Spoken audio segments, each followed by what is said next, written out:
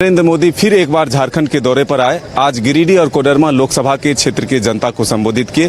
कई महत्वपूर्ण चीजें जनता के बीच रखे, लेकिन सबसे महत्वपूर्ण रहा कि कोडरमा की विधायक नीरा यादव आज पूर्व मंत्री खुद मंच का संचालन की। कई कविताएं और कई शायरी जो है इस मंच से दिया। काफी अच्छा रहा आज का संबोधन आपका। कहाँ कितनी तैयारी की थी आपने?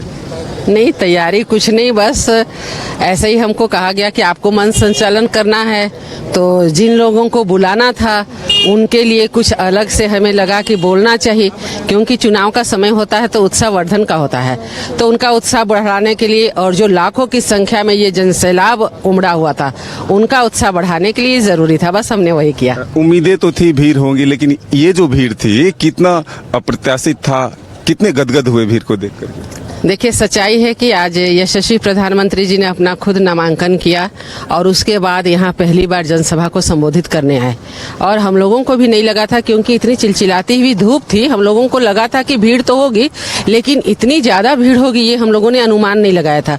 और सबसे बड़ी बात है कि 11 बजे से जब हम 12 बजे पहुंचे हैं उस समय ये पूरा पंडाल फुल था, और पंडाल के बाहर में इतनी धूप में भी लोग जरा सा हिले नहीं।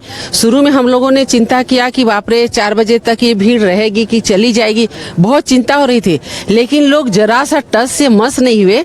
तो ये कहीं न कहीं प्रधानमंत्री जी की उनकी दूरदर्शिता, उनके आशीर्वाद के कारण आज सभी लोगों को इतना विश्वास है कि लोग उनको सुनने के लिए, उनके आशीर्वचनों को सुनने के लिए, उन्हें देखने के लिए लालायित थे, और ये भीड़ लगातार जमी रही।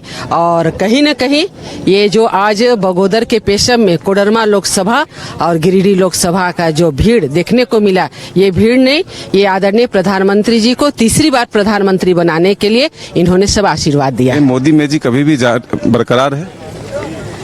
देखिए, मोदी मैजिक क्या बोलेंगे, हम तो कहेंगे कि उनके आशीर्वाद के बिना कोई भी खुश नहीं है, क्योंकि इतनी दूरदर्शिता और किन्हीं में हो ही नहीं सकती है।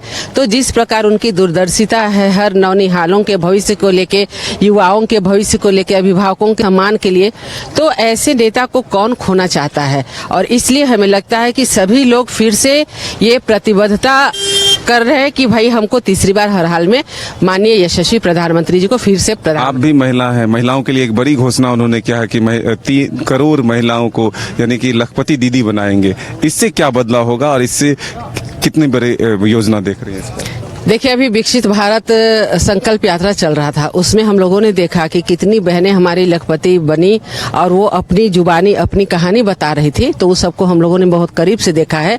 और आपको हम बता दें कि आने वाले दिन में जो एक महिलाओं की पहचान नहीं हुआ करती थी, महिलाएं कहती थी कि शादी के बाद तो हम दूसरे के नाम से जाने जाते, आज उनको एक अलग पहचान मिल रही है, उनको समृद्ध बनाया जा रहा है। घर में हमारे भाई कमा रहे हैं तो बहनों को भी कमाने के लिए आगे बढ़ाया जा रहा है, जिससे परिवार का अच्छे से भरण पोषण हो सके, उनको अच्छा से आगे बढ़ाया जा सके, ऐसी पूरी कोशिश की जा रही है। तो ये बहुत कारगर साबित होगा। मोदी जी का आने से क्या बदलाव हुआ इस क्षेत्र में? क्या लग रहा है कि आंकड़े और बढ़ जाएंगे, जो मत प्रतिशत था वो बढ़ जाएगा?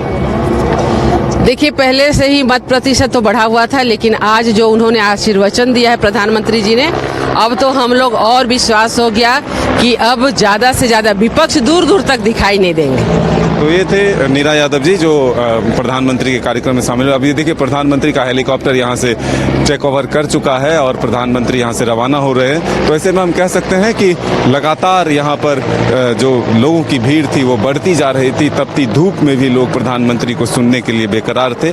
ऐसे में किस तरह से मंच का संचालन किया और क्या कुछ खास रहा, आज वो नीरा यादव ने हमसे बातचीत में बताया। अपने सहयोगी विकास के साथ मदन सिंह, न्यूज़ बायोस्कोप, गिरिडीह।